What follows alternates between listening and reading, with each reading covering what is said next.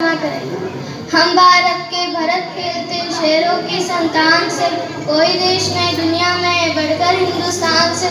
इस मिट्टी में पैदा होना बड़े गर्व की बात है, साहस और वीरता अपने पुरखों की सौगात है।